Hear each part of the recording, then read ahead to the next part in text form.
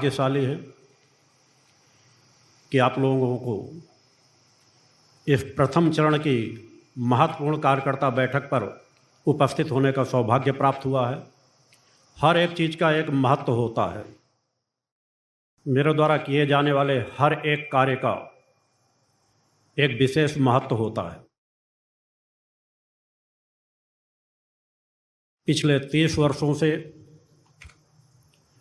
लगातार समाज को एक दिशा दी जा रही है, मार्गदर्शन दिया जा रहा है और उसी के साथ ही धीरे धीरे इस तपस्थली को भी सही स्वरूप देने का प्रयास किया जा रहा है।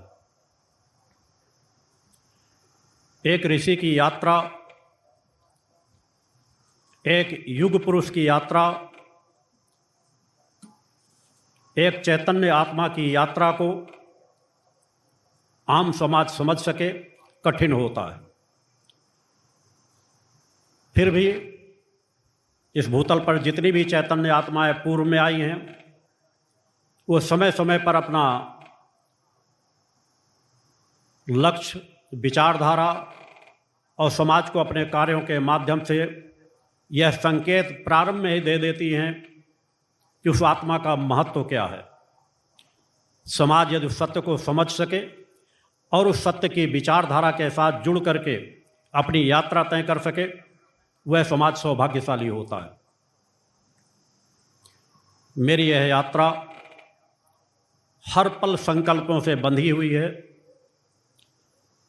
संकल्पित यह यात्रा है। प्रारंभ में यज्ञों के माध्यम से समाज को सभी मार्गदर्शन भी दिए गए, संकेत भी दिए गए और जो लक्ष्य 40-45 वर्षों पूर्व निर्धारित किया गया था, जीवन की उस यात्रा में 1% का मैंने फर्क नहीं आने दिया। एक विचारधारा, एक लक्ष्य को लेकर के हर पल उस दिशा पे अपने कदमों को बढ़ाता गया हूँ।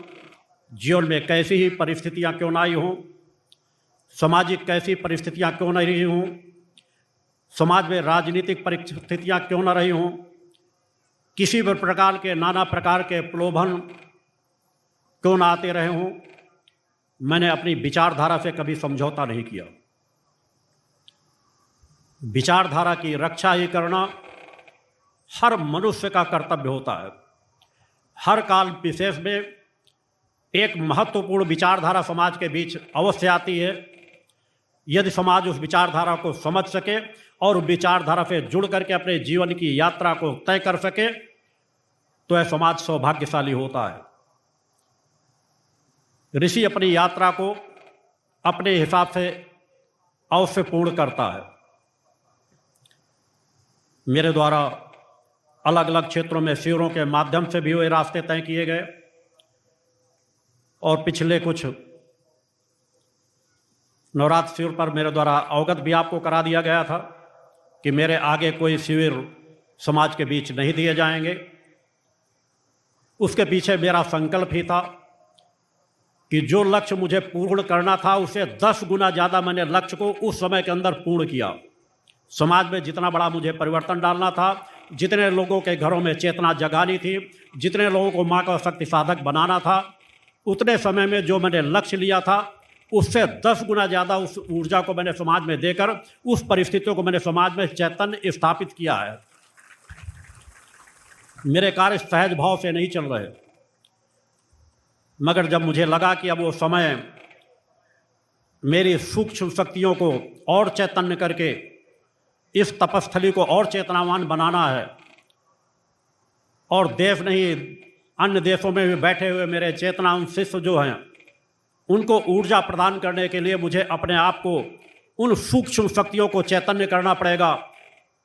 स्वयं की अपनी उन साधनाओं को इस काल में इस भूतल पर जागृत करना पड़ेगा, जिसके माध्यम से समाज दूर करोड़ों करोड़ों मील दूर रह करके भी उस ऊर्जा को प्राप्त कर सके और मेरी एकांत की साधनाएं सतत और गति को प्राप्त कर सके।